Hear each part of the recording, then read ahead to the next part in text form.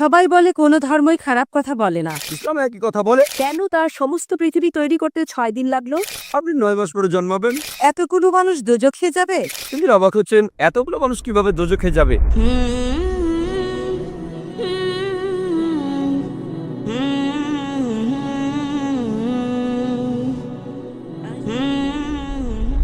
সবাই বলে কোনো ধর্মই খারাপ কথা বলে না, কিন্তু মুসলিমরা কেন অন্য ধর্মের লোকদের ইসলাম গ্রহণ করতে বলে?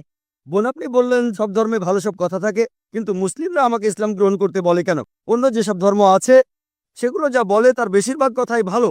তবে ইসলাম ভালো কথা বলার পাশাপাশি আপনাকে দেখাবে কিভাবে সেটা অর্জন করতে হয়। আমি উদাহরণ দিয়েছি, সব ধর্মই বলে চুরি করো না। ইসলাম একই কথা বলে, তবে ইসলাম দেখিয়ে দেয় কিভাবে সেই অবস্থানে যাবেন যেখানে কেউ চুরি করে না।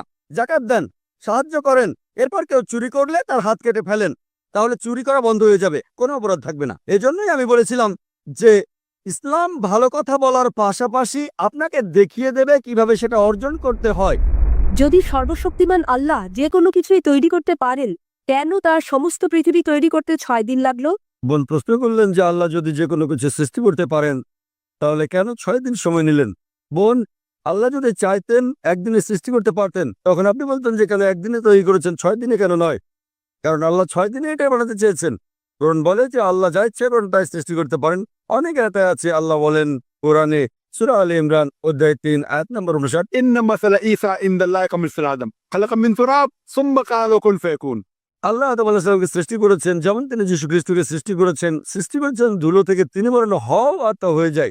আল্লাহ যখন কিছু সৃষ্টি করতে চান তিনি বলেন হও আর হয়ে যায়, তিনি ইচ্ছে করলেই এটা হয়ে যায়।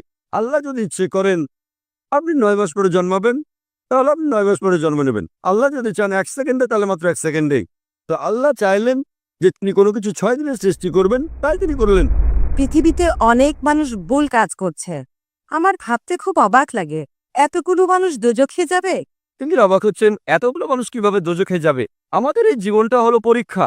আপনারা যদি ভালো করে দেখেন যে নিচু গ্রেডের পরীক্ষাগুলোতে বেশিরভাগ ছাত্র পাশ করে, তবে উপরের লেভেলে গেলে সেখানে পাশ করাটা কঠিন।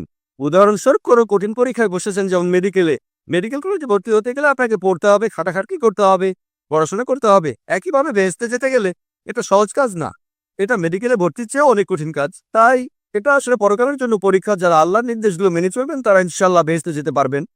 আশা করি বোন উত্তরটা পেয়েছে।